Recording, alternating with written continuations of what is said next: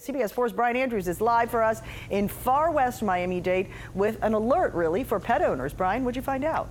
Cynthia, it is an extreme concern right now because of what happened here at this home. Let me walk you over here to the backyard and imagine, if you will, for a moment, what took place behind this fence. We've actually seen photos and videos of it, and if you love dogs and you're a little sensitive, then you can understand why we decided not to show it, because it's just horrific as this snake was wrapped around the neck of this family dog.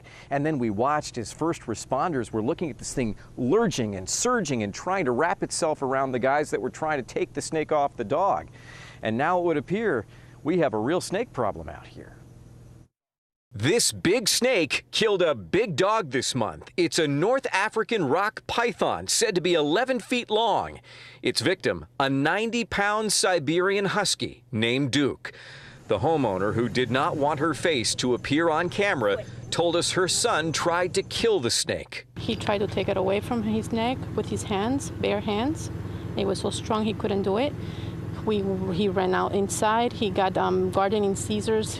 He tried to cut it off, and that didn't work. The Florida Fish and Wildlife Conservation Commission says there have been numerous sightings of these snakes in this West Miami-Dade neighborhood. We do know that there is a colony of these African rock pythons concentrated in about a 6 square mile area in southwest Miami-Dade County. In fact, 27 of them, just like the one that killed the dog, have been rounded up from the area. The experts say it is rare for a wild python to attack a human or an animal, and that these types of snakes are most likely to be encountered in communities on the edge of the Everglades in the fall and winter. Have you ever seen anything, imagined anything like this? Never in 10 years that we lived here. The homeowner says what happened to her dog is scary and sends a message to parents all over the area to be on the lookout. Be careful, especially with young kids. Very, very careful, because something like that big can kill a kid, definitely. Now, FWC says they will be back in this neighborhood, in this area later this week to continue their public awareness campaign. And right now on your screen, we're going to put up a toll-free number.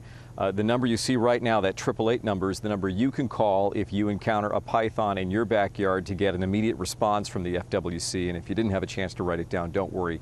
It'll be on our website, cbsmiami.com. One other interesting note, the family who lost their dog who lives in this house, they were all over the news last year, we learned. This is where Jorge Rojas used to live. He was charged with the murder of his boss and a co-worker at Professional Public Adjusters in Coral Gables back in 2012, police tracking him down in bloody clothes at a supermarket after those killings. And after the family dealt with that, now they are back in the news with this whole situation with the python eating the dog.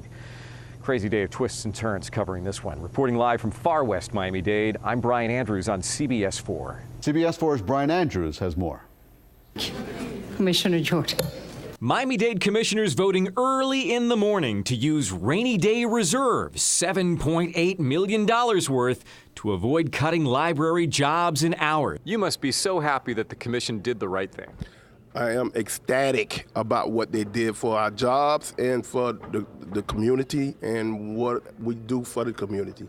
Good for the libraries and those who love using them. I think it's a good thing, because a lot of parents don't have computers at home or they can't afford it. So the library is really important to you and your family? Yeah, it is, because a lot of times I can't afford to get one right now. Well, books are important, but also the access to the information that libraries provide.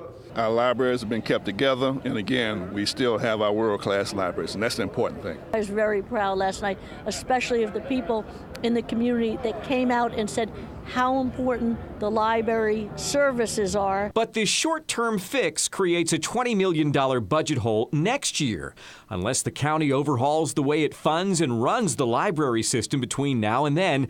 Commissioners will have to cut services or hike the property tax in 12 months. We can't fund the library system the same way, so we have to find the fix to the library system. We have to find a different either funding sources, additional sources of funding.